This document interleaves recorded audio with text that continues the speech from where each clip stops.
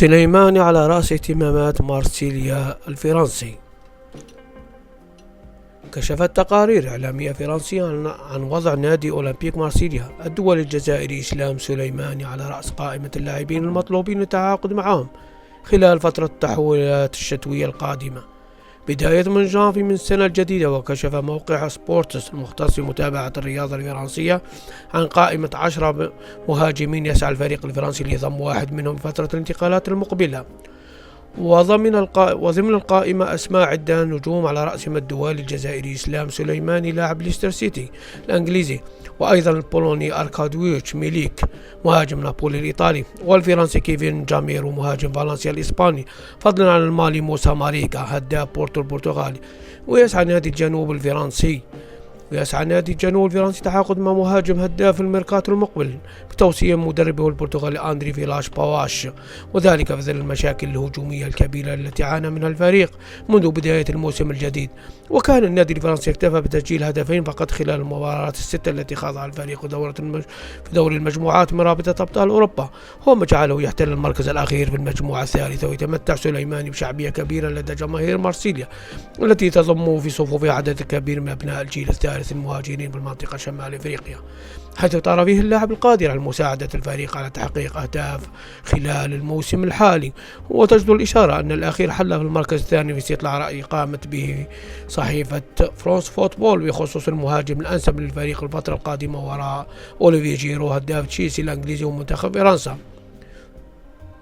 ويشكل سليماني صيدا ثمينا لنادي جنوب الفرنسي باعتبار معرفته الكبيرة بالدوري الفرنسي، حيث تألق فيه خلال الموسم الماضي مع نادي موناكو، فضلا على خروجه نهائيا من حسابات بطل انجلترا في مناسبة وحيدة وهي 2016، وكان ثاني أفضل هداف في تاريخ الخضر. قدم مستويات قوية مع نادي الإمارة الفرنسية خلال النسخة المنقضية من الدوري الفرنسي بتسجيله 9 أهداف وصناعته لأهداف أخرى من جملة 16 مباراة لاعبها. واكتفى اللاعب الأسبوع الأسبق بالوزداد بالمشاركة بمباراة وحيدة مع ليستر سيتي خلال الموسم الحالي بواقع وقت لعب فيه في حدود 19 دقيقة فقط. وتم ربط اسم إسلام سليماني بعدة أندية أخرى في الفترة الأخيرة منها نادي سالرنتيانا الناشط بطولة الدرجة الثانية في إيطاليا. وهذه أصداء بعض مناصري فريق مارسيليا.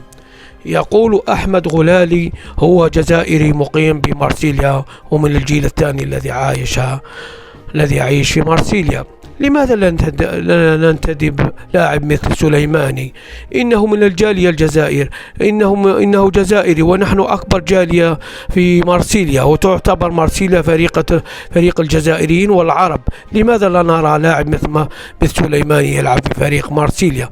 ويقول كلاوديو فانيتشا وهو بوسني الأصل، نحن رأينا ما فعله سليماني في العام المنصرم في إمارة موناكو. لقد شكل ثنائيا كبيرا مع وسام بن يدر، وكان من أحسن اللاعبين، وحتى قيمته فاقت أكثر اللاعبين في أوروبا.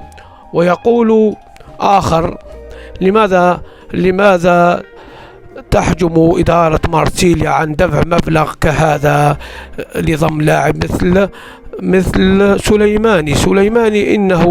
إنه الحل الوحيد لفريق مارسيليا. وشكرا.